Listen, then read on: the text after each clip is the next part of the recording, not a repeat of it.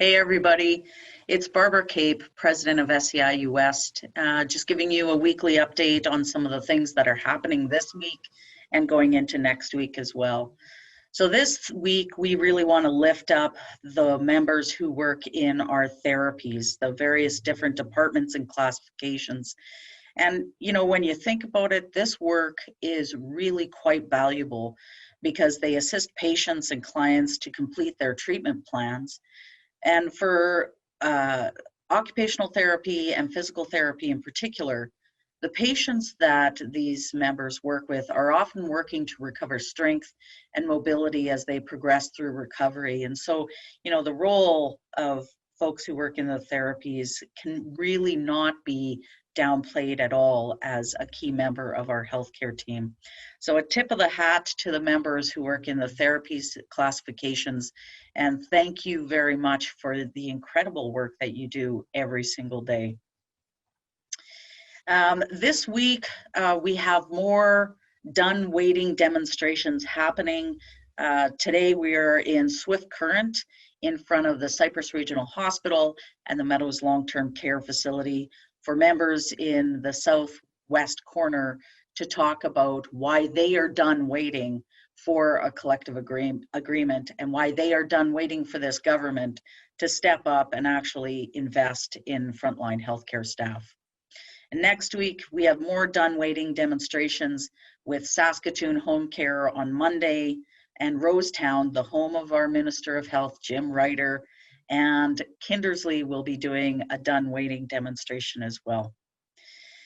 Now this week we've been doing, over the last 7 days, I guess, we've been doing just a pile of media about the crush of testing being demanded from our staff who work in lab disciplines.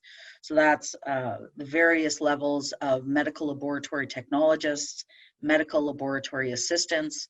Our heroes in the rural communities and in the smaller communities are combined lab and x-ray techs, and our newest classification are the lab scientists.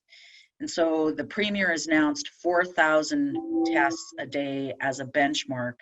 And, like every single other classification we represent across the health system, we were short-staffed before the pandemic hit, and we had some pretty massive workload concerns before the pandemic hit.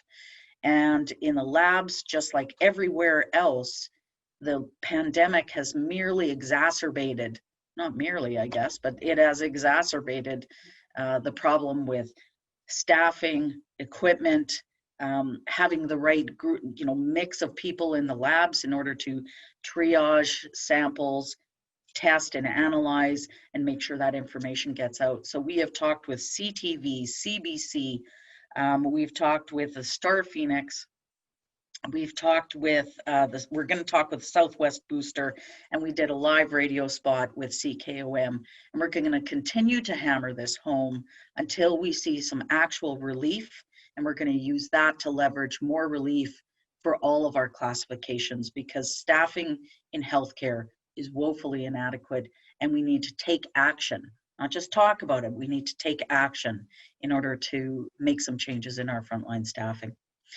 Now, one other thing we want to flag for you is that our Political Action and Awareness Committee is ramping up in preparations for our provincial election in October. And so they are doing some production of video messages for our Purple Votes campaign that will feature our members talking about the various areas that we represent members, education, various areas in healthcare, and we will be launching those soon. If you are interested in having a demonstration for done waiting in your community, don't hesitate to contact us at the actions@seiu-west.ca site, and we will help you set something up. And yesterday, we just completed our first activist training camp online.